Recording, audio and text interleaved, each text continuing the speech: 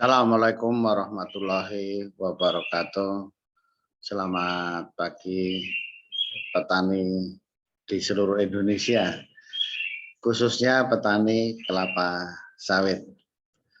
Pada kesempatan kali ini kita akan membahas salah satu penyakit penting yang ada di perkebunan kelapa sawit, yaitu penyakit Ganoderma atau disebut lain penyakit busuk pangkal batang.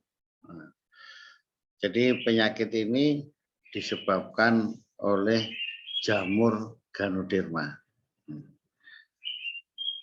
Penyakit ini sekarang itu akumulasinya tidak hanya menyerang tanaman tua saja, tetapi juga dapat menyerang tanaman TBM. Apalagi kebun yang sudah memasuki generasi kedua atau bahkan lebih.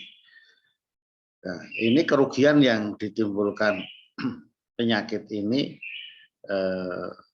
luar biasa, sangat banyak. Kerugian melalui dua, yaitu yang pertama mematikan tanaman, karena tanaman tumbang terus mati sehingga populasinya akan turun, produktivitas pasti turun. Yang kedua melalui tanaman yang terinfeksi. Jadi tanaman yang terinfeksi itu juga akan menurun produktivitasnya. Sebesar biasanya sampai, kalau yang berat itu sampai 40%. Yang tandanya biasanya 10 kilo itu jadi 6 kilo gitu kira-kira. Jadi kalau yang tumbang mati jelas hilang semua. Nah, potensinya itu. Misalnya populasi tanaman kita dari 143 tinggal 100. Nah, jadi 100 tanaman inilah yang bekerja menyumbangkan produktivitas kita. Tentunya hasilnya beda dengan kalau full masih penuh 140. Jadi ini yang perlu kita antisipasi dan kita kendalikan. Nah, oleh karena itu pengendaliannya nanti kita sampaikan ada banyak, kita menganut terintegrasi, kombinasi berbagai macam pengendalian dari Ganoderma ini. Tetapi video ini khusus sebetulnya untuk menjawab mengapa tidak menggunakan fungisida atau fungisida tidak mampu mengendalikan penyakit ini.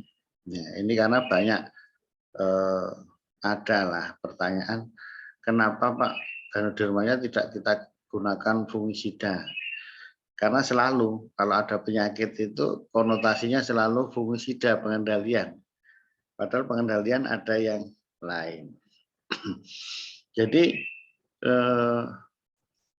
kenapa fungisida tidak mampu? Nah, ini bukan masalah belum tidak dicoba, tapi sudah dicoba oleh berbagai macam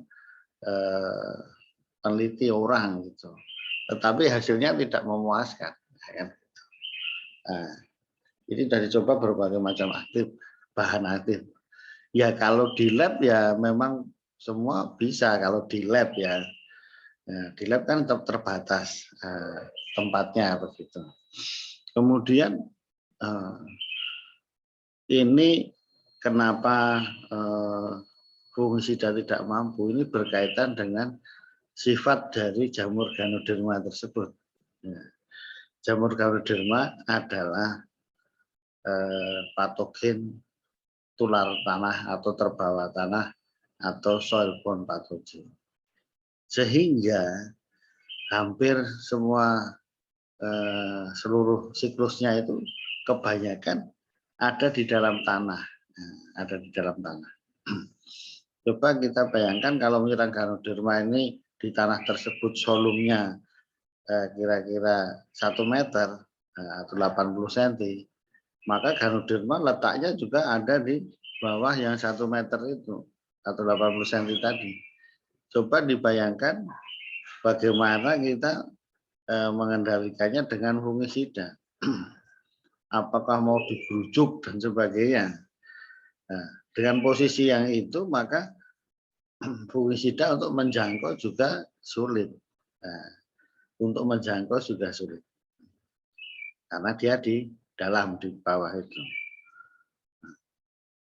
Ini dari pembahasan dari jangkauannya. Nah, kemudian yang kedua itu tanah sendiri.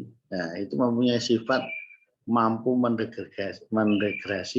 mendegradasi racun, bahan kimia. Nah, itu mampu. Jadi cairan kimia tidak semua memang itu kalau diberikan di dalam tanah itu bisa terdegradasi. Akhirnya sudah tidak ampuh lagi, tidak manjur lagi, belum lagi mencapai yang jaraknya jauh tadi di dalam tanah. Nah, oleh karena itu ini bagi para petani ya maksudnya jangan apa terus pengendalian dengan menggunakan fungisida dikocorkan kayak gitu itu biasanya sulit tidak atau hampir tidak bisa. Nah, nanti kita sampaikan pengendalian-pengendalian yang lain yang selama ini dikerjakan orang dan berhasil tentunya. Itu yang nanti akan kita sampaikan. Tadi ada dua ya, karena dia soilborne patogen di dalam tanah, bagaimana menjangkaunya itu sulit. Kemudian sifat tanahnya sendiri juga mampu mendegradasi bahan kimia sehingga menjadi tidak efektif. Kemudian alasan yang lain, yang ketiga, Ganoderma sendiri juga mempunyai alat pertahanan diri yang kuat. Self defense mekanismenya juga kuat. Apa itu? Mempunyai pseudosklerosia. Nah, itu juga tahan terhadap cuaca yang ekstrim, apa sesuatu yang ekstrim, bertahan lama di dalam tanah. Mempunyai tubuh buah. Nah, tubuh buah ini pernah kita coba tahan sampai 5 tahun, 10 tahun, nah, lebih. Kemudian menghasilkan basidiospora yang banyak. Jadi pertahanan dirinya banyak. Nah, pertahanan diri itu letaknya ada di dalam tanah sebagian besar. Nah, kenapa terjadi akumulasi ya karena itu. Belum lagi yang di dalam batang itu tadi ya bertahan di dalam batang. Nah, ini sifat ini ya juga sulit karena selain patogenik juga bersifat saprofitik. Jadi dengan 3 alasan besar ini fungisida sulit atau tak mampu mengendalikan penyakit Ganoderma. Ini sudah dicoba dengan berbagai macam cara, gejalanya masih kecil, masih ringan, kemudian dengan high pressure, dengan tekanan tinggi, ini ya akhirnya tidak mampu karena jauh di dalam tanah tadi itu tadi. Nah, itu. Oleh karena itu kita mengendalikan penyakit Ganoderma ini dengan teknik-teknik yang lain yang memungkinkan. Yaitu apa? Nah, satu, jadi kita harus komprehensif pengendaliannya. Apalagi ini dimulai dari waktu replanting. Bapak Ibu sekarang sedang replanting harus memperhatikan ini juga supaya kedepannya penyakit Ganoderma tidak muncul. Jadi waktu replanting kita lakukan olah tanah dan kita menghilangkan sumber inokulum. Bahan-bahan infeksi dari Ganoderma ini harus kita singkirkan, kita musnahkan. Nah, apa itu tadi bonggol, bol, tanaman yang terinfeksi itu harus diangkat. Nah, akar-akarnya juga diangkat, dibersihkan, cincang, dibakar kalau bisa. Itulah yang pertama kali sumber inokulum yang di batang maupun di akar kita musnahkan. Yang kedua, nah kita menggunakan bibit tanaman kalau bisa itu yang tahan Ganoderma. Nah, BPKS mempunyai bibit yang moderat tahan Ganoderma, DP 540 NG. Nah, kemudian teknik perawatan berikutnya juga harus diikuti. Yaitu apa? Waktu di pembibitan itu digunakan agen pengendali hayati atau pengendalian hayati. Apa itu? Dengan menggunakan jamur trichoderma, menggunakan mycorrhiza, yaitu karena tadi kan kimia tidak mampu ya, karena hidup di dalam tanah ya jamur dilawan dengan jamur. Nah, meskipun fungsinya untuk preventif, nah, karena yang preventif karena yang jamur trichoderma ini kan saprofitik, sementara yang dilawan patogen.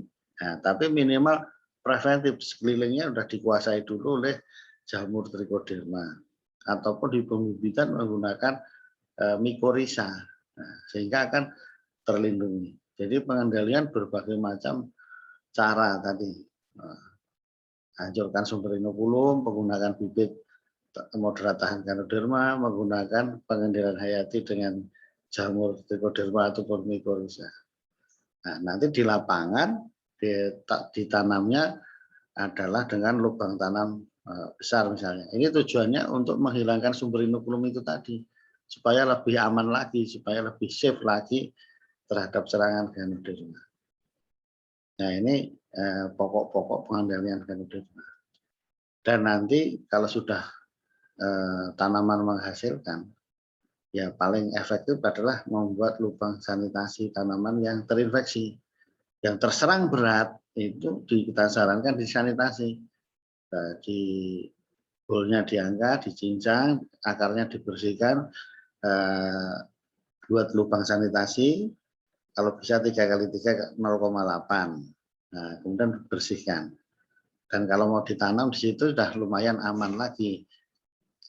Jika kita masih mau menyisip. Nah, kalau tidak mau menyisip ya itu sudah bagus.